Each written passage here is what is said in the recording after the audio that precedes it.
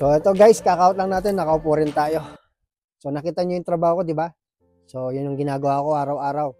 Sa mga nangangarap makarating dito, baka ganitong klaseng trabaho yung mapasukan nyo. Hindi na rin biro yung yung sakit ng likod ko, minsan sumasakit talaga. Although kaya naman, natotolerate naman natin, hindi naman ganun kalala, kagrabe. Pero syempre, dahil siguro medyo hindi pa tayo ganun katandang-katanda, so alam ko balang araw sisingilin din bull talaga.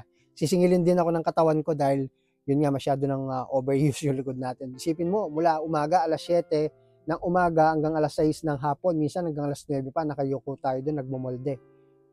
Magkakaiba yung laki ng binubuhat ko.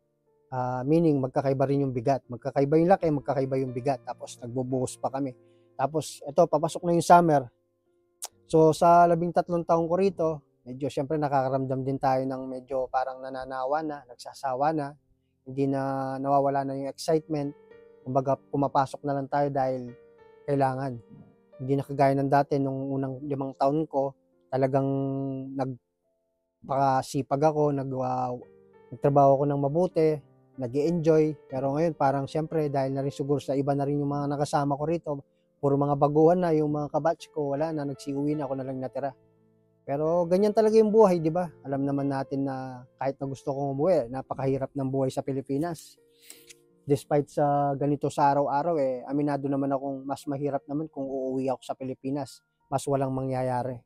So, naniniwala ako, nagtitiwala sa taas, kung hanggang saan niya ako gustong panatilihan magtrabaho rito, susundin ko kung ano yung gusto niya, kung ano yung will niya. Kasi naniniwala ako may dahilan kung bakit nandito pa ako hanggang ngayon, di ba?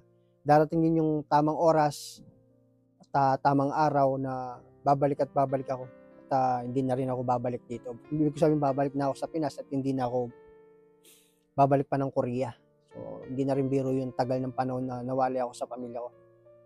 So, well, anyway guys, for today's video guys, gusto ko po palang i-share sa inyo yung isang kababayan natin na nag-comment. Sabi niya, shoutout sa'yo bro Jayso, at Jayso. Sabi niya, boss, gawa ka ng content ng mga mahihirap na trabaho dyan sa Sokor.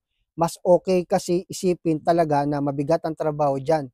Ika nga, expect the worst. So, shoutout sa'yo, tama nga naman kabulol. At saka si Jemar Place, at Jemar Place, sabi niya, nakita ka na ba ng amo mo na nagse-cellphone, boss Chris? Sabi niya. So, ito yung unang sasagutin ko, yung tanong niya ni kabayan na Jemar Place. Sabi niya, kung nakita na daw ba ako ng sadyang nim ko na nagsa-cellphone. Alam nyo guys, sa mga Koreano rito, pag nandito na kayo, okay lang sa kanila kung gumamit ka ng cellphone.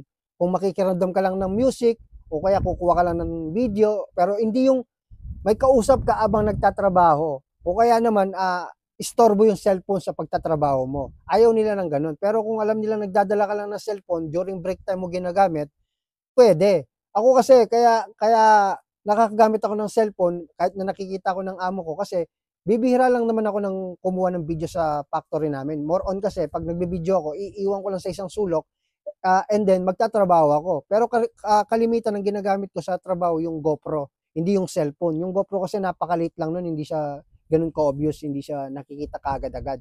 Hindi siya halata. Kaya kahit nakatutok sa kanila yung camera, hindi nila alam na may camera na naka-video. Pero alam ng amo ko na nagbablog ako, vlogger ako. Tinatanong nga niya kung kumikita na daw ako. Koreano talaga, puro pera nasa utak. So, naisingit ko lang. Ngayon, ito guys, yung pinaka-topic natin sa araw na to, yung sabi niya, gawa daw ako ng mahihirap na trabaho dito sa Korea. Kasi mas maganda daw isipin yun kaysa sa maganda. Kumbaga, mas maganda ng sabi niya, expect the worst, ika nga, sabi niya. Tama naman si kabayan. Pero, elaborate lang natin, maging specific lang tayo sa words na mahirap. Kasi depende yan sa sitwasyon May mga taong tulad ko, yung trabaho ko, napakahirap sa akin. Pero pagdating sa iba, parang madali lang sa kanila. Di ba? Mayroong namang madali sa kanila, pero mahirap sa akin. Parang ganun.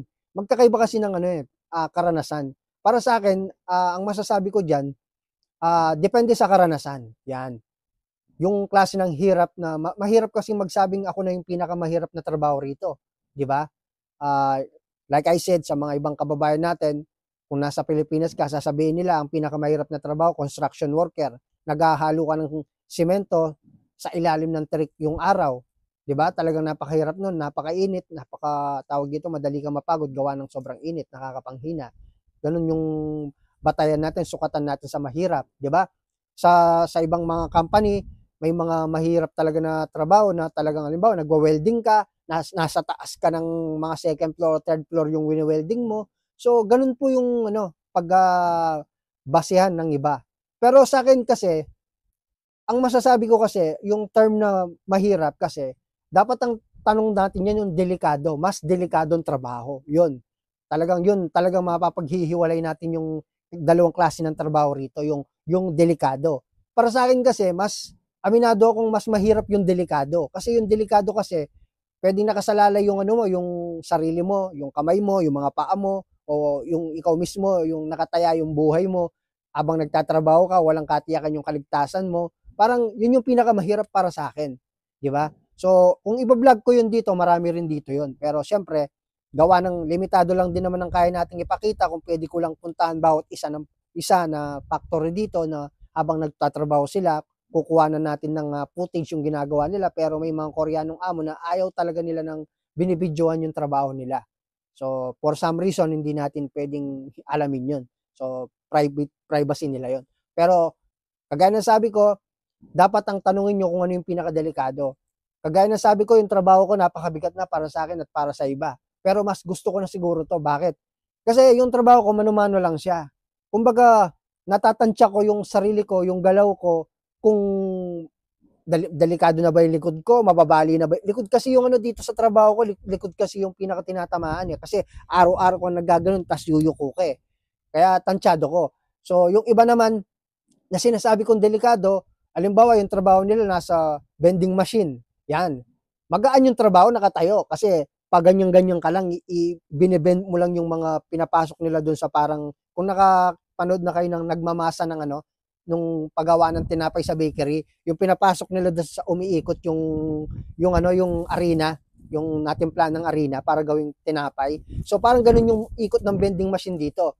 Kaya magkamali ka ng isang beses doon, sasama pati kamay mo. Marami ng kababayan natin ng naipit yung kamay at naputulan ng kamay. So yun ang sinasabi kong delikado. So ano pa yung delikado rito? Yung paggawaan ng salamin. Alam mo yung literal na salamin, minsan niluluto pa nila. Tapos pag bubuhatan nila, lapad nun, di ba?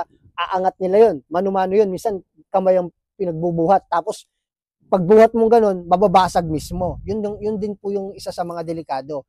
May kapampangan akong kaibigan na malapit sa baryo namin, magkalapit lang yung baryo namin, na si Poypi, ngayon nasa Canada. Dati yung napuntahan niyang factory dito, pagawaan siya ng salamin. Ang laki na salamin, tapos bubuhatin nyo ilang kayo.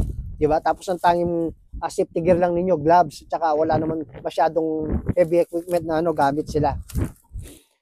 Tapos yung iba naman napunta sa silicone. Yung paggawa ng silicone, ano bang klase yun? Basta chemical yung chemical po yung klase ng trabaho nila. Parang nagme-mix sila. Siyempre yung kahit na naka-protective gear mask ka, pumapasok pa rin na amoy mo pangit po yun sa kalusugan. Kaya maraming mga kababayan natin hindi nagtataga sa ganung uri ng trabaho, nagpaparelease. Kagaya ng kumpare ko, nauna siyang makarating sa akin dito, ilang buwan lang umuwi siya ng Pilipinas dahil lang napunta niya pagawaan daw ng yun nga, silicone. Baka magkasakit siya, hindi niya makayanan, kulang pa daw yung kikitain niya. Ang kasamaan pala, hindi rin nagre-release yung amo niya, kaya pinili niyang umuwi sa Pinas. Ngayon, ilang take na siya ng exam, nanawa na yata, nagsawa na, at hanggang tinigilan na, nawala ng pag-asa na makabalik ulit. So nakapag-Taiwan siya ngayon, hindi ko alam kung ano yung trabaho niya sa Pilipinas. So yun ang sinasabi ko, yung opportunity minsan isang beses lang dumating sa buhay natin. So kumbaga na-share ko lang para masagot ko yung katanungan ni Kabulol na si Jayso. Tinatanong niya kasi kung pwede kong gawin ng content yung pinakamahirap na trabaho rito. Ang mahirap na trabaho rito yung mga delikado. Yung iba pumapasok pa sila sa conveyor na tinatawag. Kasi minsan kasi yung trabaho rito, makina. Yung makina yung trabaho mo, tapos nakatayo ka lang, parang nag-ooperate ka. Kapag kukunin mo yung ginagawa mo, kailangan mo pumasok doon sa conveyor. Ang tanging nakasalalay lang doon yung sensor ng makina. Yung kung pumapasok ka doon o yung kamay mo yung ginaganon mo bago bumagsak yung napakabigat na ilang kilo ng bakal yon. Kaya napakadelikado nun. Kasi hindi mo tiyak yung kaligtasan mo dun. Sensor lang ang kumbaga nagre-rely ka lang doon. Kaya yun ang masasabi kong mga kababayan nating mahirap yung trabaho. Magaan yan tignan pero napakadelikado nun. Anong pipiliin nyo? Yung ganun na trabaho na nakatayo ka lang tapos yung kamay mo, kukunin mo yung kung ano man ang ginagawa mo kasi may mga ganyan na, iwan ko nakapanood yun na yung mga ibang factory worker dito sa Korea, ganun yung trabaho. Pinipindot lang nila. Tapos papasok sila sa loob, kukunin nila yung kung ano man yung ginagawa nila, ilalabas nila. Tapos ganun na naman, atas na naman yung pagkalaki-laking makina, pagkabigat-bigat. So, gusto nyo ba yun? So, di ba napakadelikado? Kaya ako, siguro, dito na rin ako napadpad, dito na rin ako na nakapagtrabaho sa factory na to, gawa ng alam din ng nasa taas minsan kasi, ah, hindi naman kasi lagi, yung presence of mind natin, lagi tayong gising, di ba? Lagi tayong aktibo. Darating yung times na yung tinatawag na human error, di ba? Minsan ganun din ako eh. Minsan nga, yung grinder, pag nalilimutan ko, pag nag-grind ako, parang inaantok ako pag sobrang gaan ng trabaho, pag pakiramdam mo, di ba?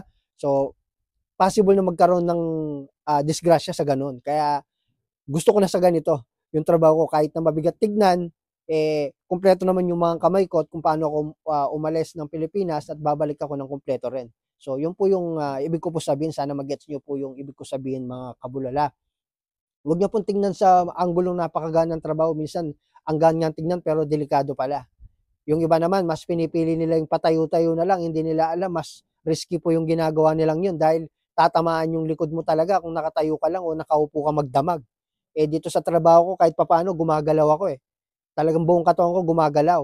So, ang panlaban lang namin dito, yung usok, yun. Pero, kaya pa naman, wala namang Koreanong nagkaroon ng problema sa tagal ko rito na ang naging cause is yung usok ng tanso na niluluto namin. Kasi may humihigop naman na compressor na yung yung tawag nila kasi rito, yung jipchingi ang tawag nila, yung panghigop ng usok at palabas niya sa taas ng bubong ng factory namin. At eto mga kabulala, eto, sana makinig kayong mabuti pag dumating na kayo dito sa South Korea. Kasi tinatanong ni Kabayan, ni Kabulol, kung pwede kong gawing content yung mga mahihirap yung trabaho rito, kagaya na sabi niya, di ba? Tapos na-explain ko na rin yung batayan dyan, kung ano po yung, kanya-kanya tayo kasi ng preference pagdating sa mahirap, di ba? Para sa akin kasi tinitignan ko yung hirap sa delikado. Yung delikado yun yung mas mahirap sa akin. Kahit na nagmumolde ako rito, mas mahirap pa rin po yung delikado yung trabaho mo. Nakasalalay yung buhay mo mismo, yung mga kamay mo, di ba? So, mahirap yun. Nag-iisa lang yung daliri natin. Mas gugustuhin ko ng ganito yung trabaho ko kaysa sa magaan nga, pero napakadelikado nga naman. So, eto guys, sana pakinggan yung mabuti ha. Tapusin nyo yung video to para mas maunawaan po ninyo. Yung mga ibang kababayan kasi natin dito, talagang aminado naman tayo, mostly 95% ayaw nila ng mahirap na trabaho. Sino nga naman ba yung gusto ng mahirap? 'Di ba? Minsan namimili talaga 'yan. Sa Pilipinas pa lang nagdadasal na yan, sana mapunta o mapadpad sa company na maganda yung gisuksa, which is yung accommodation, yung tirahan nyo, yung kanya-kanya, mas maganda yon. Tapos magaan yung trabaho, magaan kasama yung mga kasamaan mong Koreano, mapa Pilipino o ibang lahi. Alam ko lahat kayo, yan yung pinagdadasal ninyo, di ba? Kung baga mas nangingibabaw pa yung sana ninyo kaysa sa mga panaginip nyo, di ba? Ibig ko sabihin yung mas nangingibabaw yung sana ganito, sana ganyan, sana ganito. Hindi yung magising ka na lang, darating ang araw, nasa Korea ka na, di ba? Medyo parang malabo yun eh. Pero yung sana talaga ninyo, yung mga bagay na mga nasa checklist nyo, andyan pa lang kayo sa Pilipinas. So ito, pakinggan nyo, bilang advice ko sa inyo, bilang hindi dahil sa matanda ako, nakakatanda ako, so may edad na rin tayo, hindi dahil dun sa marami akong experience, kumbaga sa ano na rin, sa tagal ko rito sa South Korea na rin, siguro 13 taon na ako, magpo 14 years na tayo next year. So ito lang yung masasabi ko guys, sa mga bagong darating dito, kung yung maaabutan yung factory, taliwas sa ina-expect po ninyo, magtiyaga lang kayo. Kasi minsan, kung saan po yung iniisip at inaakala natin na pangit, yung mahirap, doon din pala sasarap ang magiging buhay ninyo. Maniwala kayo sa akin. Ang hirap ng trabaho rito, ang pagkukorea at ang trabaho na 3D o 4D o 5D na tinatawag nila, Mayahalin tulad ko yan, ito makinig kayo, parang sa mga bagong mag-asawa o kaya sa mismong mag-asawa talaga. Lalong-lalo na po sa mga may asawa na po dyan, ito pakinggan nyo. O mga girlfriend o boyfriend pa lang at saka sa mga binata. Ang trabaho rito, isipin nyo parang mag-asawa. Di ba ang mag-asawa, tumatagal yan, hindi dahil sa mahal nila ang isa't isa. Yung mga tumatagal ng 25 years, 30 years, yung mga kahit na napakadaming pagsubok na pinagdaanan, nananatiling matatag sila. Tapos may mga nagsasabing, tinatanong sila, ano ba yung sikreto nila, bakit umabot ng ganung katagal yung pagsasama nila. Di ba? Tunay nga naman guys, ang pag-aasawa, kaya ang mag-asawa, babae at lalaki, tumatagal yung pagsasamaan nila, hindi dahil sa mahal na mahal nila ng isa't isa. Kasi hindi naman na araw-araw mahal mo yung asawa mo. Hindi naman araw-araw nagagandaan ka sa asawa mo. 'Di ba? Magkaiba yung pagtingin mo sa asawa mo nung nililigawan mo pa lang siya at ngayon ano na kayo, nagsama na kayo, kinasal na kayo, nagkaroon na kayo ng mga anak, hindi lang isa, dalawa, tatlo, mag-iiba. So sa araw-araw na magkasama kayo sa bahay, minsan nakakaramdam din kayo ng minsan parang nagsasawa kayo sa isa't isa. Hindi dahil hindi nyo malang isa't isa. May mga araw na ganun talaga na hindi ka in love, hindi mo siya mahal. So, naiirita ka na hindi mo alam kung anong kadahilanan. Minsan, ganun tayo, aminin na natin yun. Pero, sa kabila ng ganun bagay, yung mga ugali ng asawa mo na hindi mo nagugustuhan, lumalabas yun pag magkasama na kayo sa isang bubong. Despite sa ganung bagay, minsan, mas tumatagal yung pagsasama nyo nang dahil dun sa mga bagay na pangit na yon. Get nyo ibig ko sabihin? Kumbaga, pinakasalan mo siya, minahal mo siya, tanggap mo lahat. 'Di ba? Kasama lahat yung pangit at maganda niyang ugali. O hindi man siya, pati ikaw rin, pareho kayo. 'Di ba? So, ganun po yung nagiging sikreto ng mga mag-asawang tumatagal ng ilang taon hanggang pagtanda nila sila, hanggang mamatay sila. Dahil yun yung pinapairal nila. Minahal siya hindi dahil sa mahal niya o maganda siya, kasi ang ganda kumukupas. Minahal niya siya kung hindi bilang siya o bilang ikaw minahal ka niya, kung sino ka. Kasama na dun yung mga pangit na ugali mo, nakaranasan mo o nakaraan mo. So, ganun din po yung pagtatrabaho rito. Pag nagtrabaho ka rito, hindi dahil gusto mong kumita lang ng pera. Dapat, pag nagtrabaho kayo rito, tanggapin nyo at harapin nyo at ilagay nyo sa isip nyo, mayroon darating na pangit sa buhay ninyo pagdating nyo rito. Mahirap yung trabaho, kasama na yan sa realidad ng buhay. Once na nag-abroad ka, may commitment ka sa trabaho mo, sa boss mo, sa amo mo, sa Pinas pa lang, nag-apply ka na, alam mo na sa sarili mo kung anong klaseng bansa at anong klaseng trabaho ang pupuntahan mo, alam mo na yun sa sarili mo. Tanggapin nyo yun, harapin nyo yun, kasama na yung mga pangit. Yung pangit yung among maabutan mo, yung pangit ng kasama ng trabahador na makakasama mo, yung delay ang sahod, yung sobrang bigat, pagod, hirap, di ba? Hindi naman kasi sa pag-aasawa puro sarap di ba? Minsan, mas umiiral pa rin sa mag-asawa yung hirap na pinagdadaanan nila, yung struggle, yung problema, walang katapusang problema. So, ganun din po yung sa trabaho rito, sa Korea. Kailangan kapag nag-Korea ka, kasama na dun yung pagpunta mo, pag-apply mo, yung pagtanggap mo rin, kung ano yung maaabutan nyo rito. Para hindi ganun kabigat, kapag dumating ka na dun sa sitwasyon na yun, alam mo makapag-adjust. Kaya yun ang ginawa ko na parang style o diskarte. So, tinignan ko yung Korea, tinanggap ko tong trabaho to, hindi dahil sa gusto ko lang ng malaking sahod. So, nung unang taon ko, pangalawang taon, talagang nag-struggle ako. Nung medyo tumatagal ako ng 5 years na sincere ako, doon ko tinanggap na lahat ng mga bagay na araw-araw na lang sinisigawan ka, kulang na lang, kumota ka ng sigaw o sikya sa isang araw. Minsan nakakaisang dosena ka na sikya, shibal, alam nyo, tinatawanan ka, na walang kadahilanan, yung tipong pagod ka na, ginawa mo yung trabaho mo, hirap ka na, tapos sisigawan mo, murahin ka pa ng amo mo kahit na gutom ka na. Di ba? Minsan, nauubusan din tayo ng pasensya, kahit na sabihin nating magpasensya ka, siyempre tao lang din tayo, nakakaranas din tayo ng ganun. Di ba? So, sana, kung gusto nyo magtagal dito, yun yung may isasuggest kong pinaka-sikreto.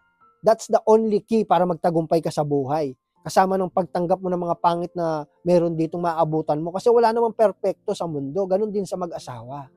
Walang perpektong couple sa mundo. Lahat nagkakamali. Lahat may pagkukulang. Di ba? Hindi lahat ng gusto natin mangyayari. Hindi lahat ng mga ginagawa natin, pinaplano natin, mangyayari at naaayon yun sa mga kagustuhan natin.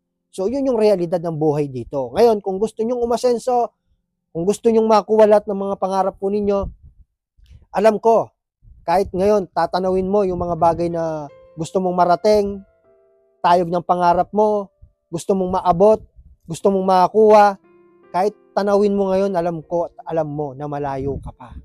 Pero kung lilingunin mo naman yung pinanggalingan mo, masasabi mo rin sa sarili mo na malayo ka na. 'Di ba? Kaya wag kang hihinto. Ipagpatuloy nyo kung ano yung nasimulan po ninyo. At harapin nyo yung mga samot-saring hamon ng kapagsubukan sa buhay. Open arms. 'Di ba? So, walang sino man ang makakapag-predict kung anong paparating na delubyo o paparating na unos sa buhay natin. Pero isa lang ang sigurado ako doon, kung isinilang kang palaban, kakayanin mo. 'Di ba? Kung isinilang kang magiging tawag dito, matatag sa buhay, kakayanin mo lahat 'yan. 'Di ba? Kasi alam mo, balang araw makakarating ka at makakaabot ka sa kagustuhan mong marating o sa gusto mong maabot, makuha sa buhay mo. 'Di ba? So, ganun lang yung buhay, guys. Hindi ko sinasabing perpekto ako. Hindi ko sinasabing magaling ako. At hindi ko rin sinasabi sa inyo na paniwalaan nyo ako. Ang gusto ko lang sabihin sa inyo, pakinggan nyo lang po yung mga sinasabi ko. Dahil ito lang yung way na alam ko na masasabi kong priceless talaga. Dahil lahat ng mga bagay na binabahagi ko, ito yung puro legit. Puro mga realidad ito. Hindi po ito scripted. Kaya nagpapasalamat ako sa mga solid viewers ko dyan na nakakaintindi at nakakaunawa sa mga bagay na ibinabahagi ko. So, kapag dumating na tayo sa puntong napasa atin na lahat ng mga pinapangarap natin, yung tipong sabihan tayong mayabang, magiging okay na. Alam nyo, kasi kung sinabihan man tayong mayabang, may pagmamayabang ka naman, may pagmamayabang naman tayo. Masasabi natin sa sarili natin na kung ibang tao ang gumawa o nakaranas ng pinagdaanan natin, baka nagpakamatay na sila sa sobrang hirap. O di kaya naman matagal na silang nag-give up, sumuko. 'Di ba? Yun yung may pagyayabang natin sa kanila. Hindi yung mga bagay na luho lang yan ng mga kukupas din yan, luluma din yan. Bata tayo ngayon, tatanda tayo, kukulubot ang balat natin. So, ang basihan ng tagumpay is yung pag-uwi natin sa Pilipinas. Kung anong meron ka sa Pilipinas, hindi yung kung anong meron ka sa ibang bansa. Yung ibang kababayan natin, ang gagara ng suot, naka-gold, ang kakapal, 'di ba? May brand yung sapatos lagi, may cellphone na laging updated yung cellphone nila, upgraded sila, may bagong labas na iPhone, meron din sila. Tapos pag-uwi nila sa Pilipinas, isang taon pa lang sila nasa Pilipinas, naisanglanan nila lahat ng mga bagay na naipundar nila. Kaya ang basihan ng tagumpay ng tao, hindi yung mga nakikita nyo sa ibang bansa, kung hindi yung nakikita nyo sa Pilipinas. Yun yung tunay na basihan. Kung ano yung naipundar, ano yung mga tagumpay na nakamit nung naging karanasan o naging pagsisikap niya, kung ano yung naging bunga. Hindi yung nandito, nagbibilang ka na napakadaming sahod, di ba? Nakabibilang ka na napakarami mong nabili sa Pilipinas. Pagdating mo pala sa Pilipinas, lahat ng yun, hindi naman tunay. Para lang may masabi ka, di ba? So, pangit yun, wag gayon. Dapat magmayabang kayo, may pagyayabang ka. Huwag ka magyabang na nasa ibang bansa ka pa, magyabang ka pag nasa Pilipinas ka na, at ganun pa rin yung pamumuhay mo sa loob ng ilang taon. Normal na sa OFW pag umuwi, one day millionaire, di ba? So, pag wala na sila, tignan ko lang, ewan ko lang. So, yun lang guys, at magsha-shoutout ako guys ha. So, sana makaabot po sa inyo yung mga shoutout ko po. So, ito shoutout pala kay Tel Chesem.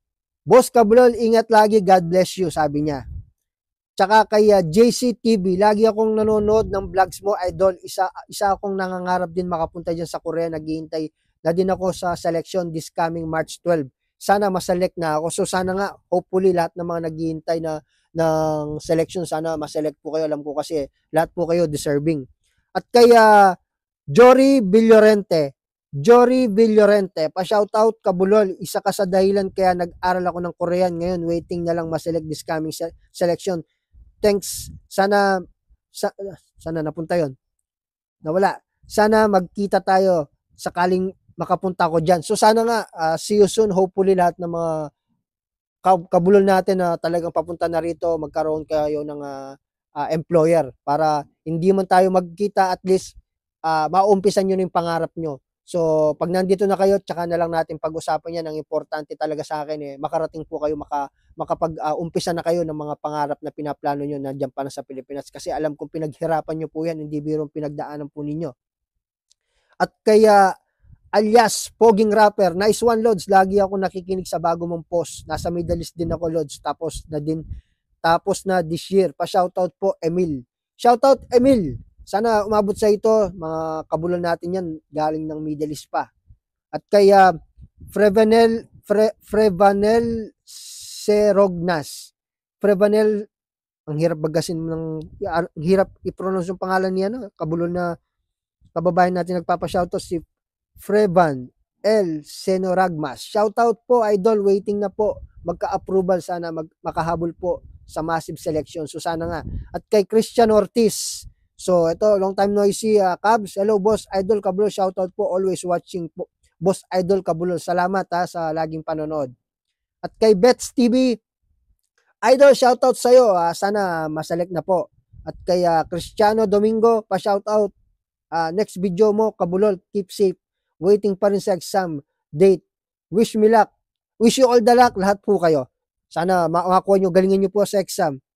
Tsaka kaya Chanmix TV, Present Cubs, pa-shoutout.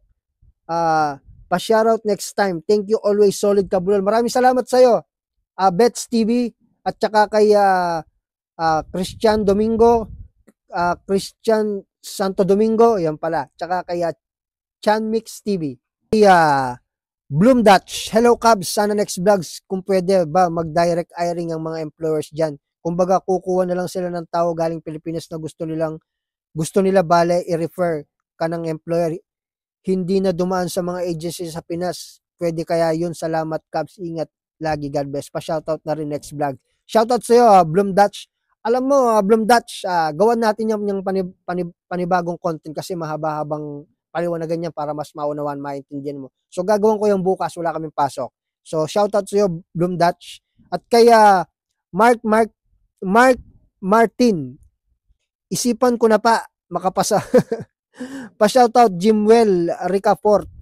Pa-shoutout naman Idol. Shoutout sa iyo, Jimwell Ricafort. At kaya Cedric Manila, pa-shoutout Idol. Shoutout sa iyo, Cedric. Pasensya na late. At kay Prince Japil Pacho, first, pa-shoutout Idol, ingat kayo palagi dyan. Sana soon makapagtrabaho rin ako dyan. So sana nga. At kay Jeffrey Mesias, first, pa-shoutout Idol. So shoutout sa Jeffrey Mesias, pa-shoutout Kabulol, sabi niya. At kay Christian Santo Domingo, dati tamang node ako sa'yo, now mag-exam date na ako, Idol. Pa-shoutout naman from Antipolo. Kaya Christian Santo Domingo, so late na yung nabasa natin yung shoutout Lods. Dahil napakadami nagpapa-shoutout, minsan hindi ko pa dala yung kopya natin. Pasensya na. Nakadalawang message ka na. Tapos yung una, naghihintay ka lang ng exam. Ngayon, tawag dito, may exam date ka na, di ba? So shoutout sa iyo, Christian Santo Domingo, dati tamang node ako sa iyo. Now mag-exam date na ako, Idol. Pa-shoutout na from Antipolo. So shoutout sa iyo. At shoutout din kay Kenly Bangkas Galyando. Kenly Bangkas Galyando. So, isang solid viewers natin to. Noon pa man sa FB page natin. So, Idol, thank you sa pagpansin sa video ko sa FB. Pa-shoutout naman dyan. Shoutout sa'yo, bro. And sa solid viewers natin na si Marvin Dakyado. Pa-shoutout Cubs from Jensen City. Sana maselect kami next week. So, sana maselect ka, bro. Pasensya na, minsan nade-delay yung shoutout ko. So, special shoutout sa inyo lahat, lalong-lalo na kay Marvin Dakyado ng from Jensen City. So shoutout sa iyo, bro. So wish you all the luck. At saka po kay Gabrina Cristobal Vena Bisaya. Gabrina Cristobal Vena Bisaya. Ingat po kuya, from Mindanao, Surula, South Cotabato po. So shoutout po sa mga taga South Cotabato na mga kapatid natin nasa Mindanao. So shoutout po Ma'am Gabrina Cristobal Vena Bisaya. So shoutout po, sana marinig mo. Tsaka kay Kuya J Vlog, Kuya Jun Vlog pala, sorry. Kuya Jun Vlog, pa-shoutout Cub, shoutout sa iyo Kuya Jun Vlog. Maraming salamat sa walang sawang suporta sa videos ko sa tuwing may bago tayong upload. So sa tingin ko guys, hanggang dito na lang. Tatapusin na natin yung pag-usap natin, yung kwento natin, yung video nito. So again, sa mga hindi ko po na shoutout, mag-comment lang po kayo ulit. Pasensya na po, humingi ako ng pasensya kasi delay talaga yung shoutout nyo po, pero nababasa ko naman po yan at nasa shoutout ko po kayo. So minsan nakakaligtaan lang natin gawa ng nakakalimutan natin yung kopya.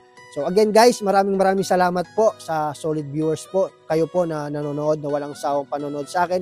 Hindi po nagmamatter sa akin, bulol talaga. Kung iilan lang po tayo, ang importante, mahalaga sa akin pumapasok at nakaka-relate kayo sa mga bagay na binabahagi ko po sa inyo. So again, dito ko natatapusin ang aking kwento.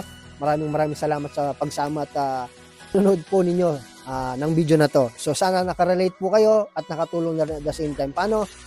Magkita-kita po tayo sa susunod gagawing video. Ito po muli si Christoph TV Channel. Buhay OFW dito sa bansa South Korea. Bulol na naman si Kabulon guys. So ayun sa'yo guys, baba na tayo. Sige na. Amoy pong na ako. Amoy baka na sa